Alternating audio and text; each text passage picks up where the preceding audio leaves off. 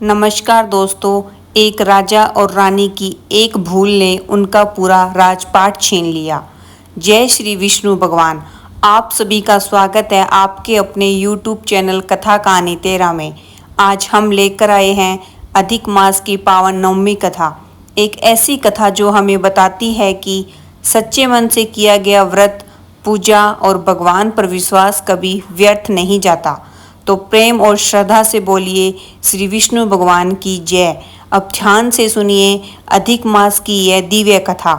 बहुत समय पहले एक गांव में एक धर्मात्मा राजा और उसकी रानी रहते थे।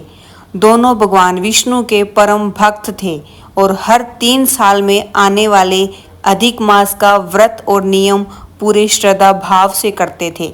राजा रानी पूरे महीने भगवान विष्णु की पूजा करते, दान पुण्य करते और एक समय भोजन ग्रहण करते। उनका जीवन सुख शांति से भरा हुआ था। उसी राज्य में एक दूसरा राजा रहता था जिसे उनके धर्म और भक्ति से ईर्ष्या थी।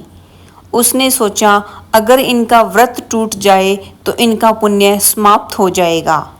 उसने एक चालाक व्यक्ति को भेजा और कहा किसी भी तरह उस राजा का नियम तोड़वा दो। वह व्यक्ति नौकर बनकर राजा के महल में रहने लगा। धीरे धीरे उसने विश्वास जीत लिया।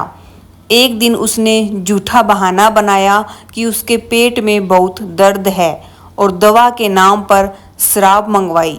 फिर उसने राजा को भी बहकाकर शराब पिला दी। नशे में राजा से अधिक मास का नियम टूट गया।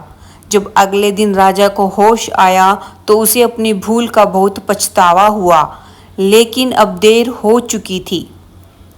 धीरे धीरे राजा का वैभव समाप्त होने लगा। राजपाट छीन गया, धन खत्म हो गया और राजा रानी को महल छोड़ना पड़ा। दोनों भूखे प्यासे जंगलों और गांवों में भटकने लगे। आखिर एक दयालु व्यक्ति ने उन्हें अपने घर काम दे दिया।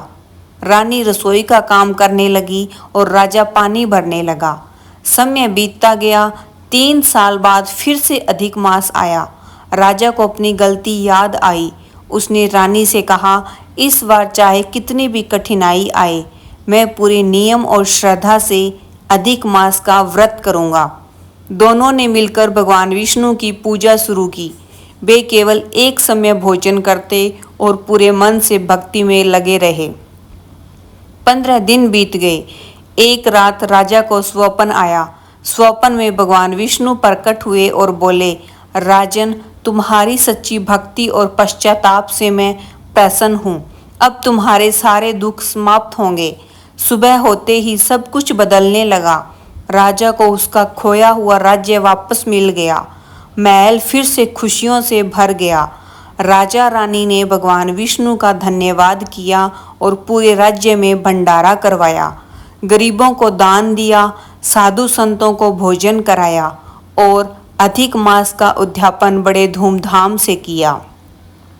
तभी से कहा जाता है जो भी श्रद्धा और नियम से अधिक मास का व्रत करता है, भगवान विष्णु उसकी सभी मनोकामनाएं पूर्ण करते हैं। बोलिए श्री विष्णु भगवान की जय।